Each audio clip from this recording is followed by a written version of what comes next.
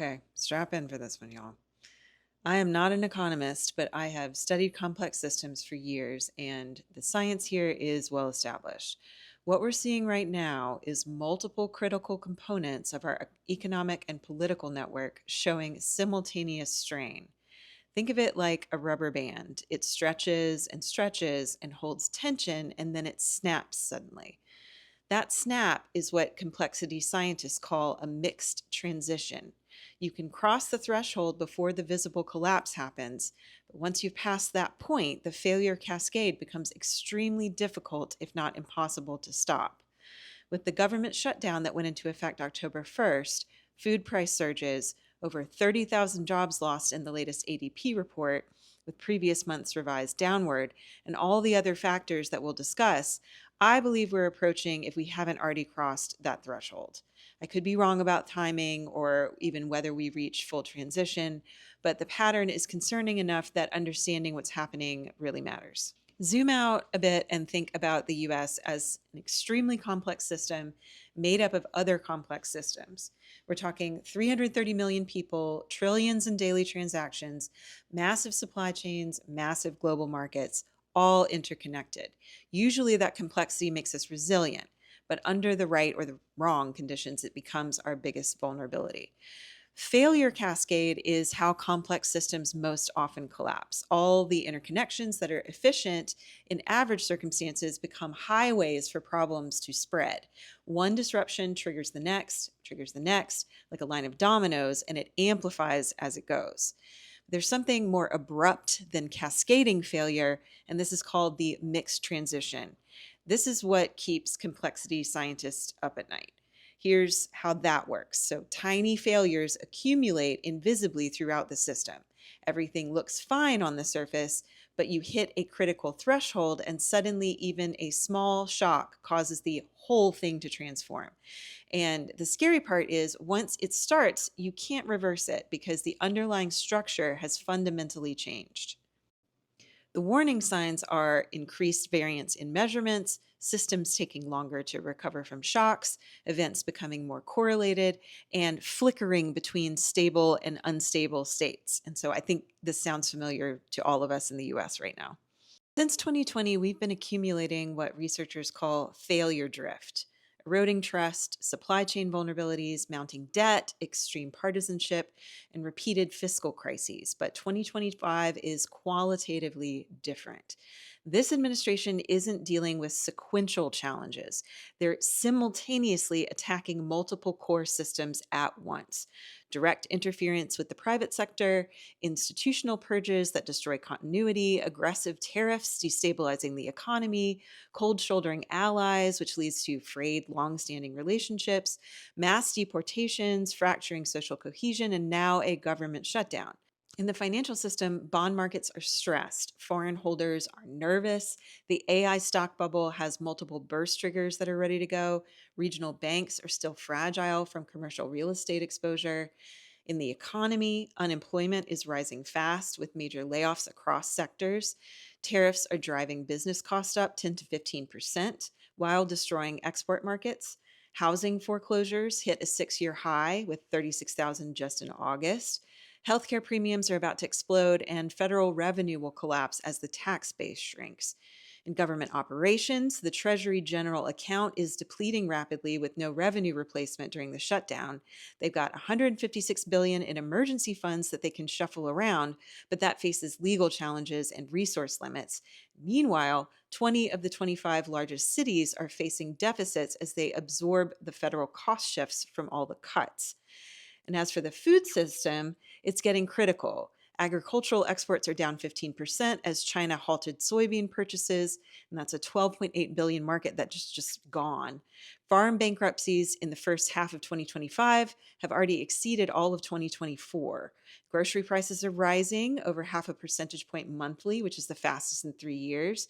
And then there's a predicted 7% holiday price shock that's coming, and we're already starting to see supply chain disruptions and restocking issues. The military, they're trying to politicize it with purges, loyalty tests, domestic deployment preparations. And here's what they don't seem to understand about that. This creates institutional resistance, not regime strength. Professional military culture actively opposes politicization. And here's the critical part in that point. This resistance creates additional unpredictability in the system. The regime can't reliably count on military compliance, which means they're operating with reduced information about their own capacity. And that's another form of system degradation that accelerates miscalculation. This extends to almost all the institutions they're purging right now during the shutdown. They've already begun that process, so they're not getting data back from those areas of government. And this complicates the data collection process. They won't actually know what's going on. When you're flying blind during a crisis, you make poorer decisions, which create more crises. To go back to the military, let's be honest that we're all thinking about the possibility of domestic military scenarios. And so let me explain why the math doesn't actually work on that. The US is 3.8 million square miles with 331 million people. Military units optimized for foreign combat cannot effectively occupy and control this territory during economic chaos. Significant domestic deployment costs over $20 million daily, completely unsustainable during revenue collapse. Economic collapse means military funding evaporates with the tax base. Security forces face the same personal economic hardships like foreclosures and unemployment as everyone else. So that reduces loyalty to a regime that's also causing their suffering. And the purges of experienced leadership created institutional opposition. Reports from the Quantico meeting this week show officers thinking about red lines and maintaining their apolitical bearing despite political pressure. Professional militaries resist politicization because it undermines mission effectiveness. Using force against economically desperate Americans would accelerate regime collapse, not prevent it. Argentina in 2001 proved this. Military repression during economic crises deepens instability rather than resolving it. Complex military systems also require functioning supply chains, advanced technology, and professional coordination. All of this is vulnerable to economic disruption. As infrastructure fails and logistics collapse, military effectiveness degrades regardless of political loyalties. Argentina had recent authoritarian experience, but their military still couldn't maintain control when unemployment hit 23%, 40,000 businesses shuttered, and the banking system collapsed. Mass protests drew hundreds of thousands despite violent repression, and the government fell. So when might this mixed transition actually occur? It's dicey, but it could be even as short as 4 to 8 weeks. We've got a convergence right now: financial stress, food price spikes, government shutdown, and economic data blackouts. And the October food crisis hitting consumer budgets during a broader unemployment surge could be the tipping point.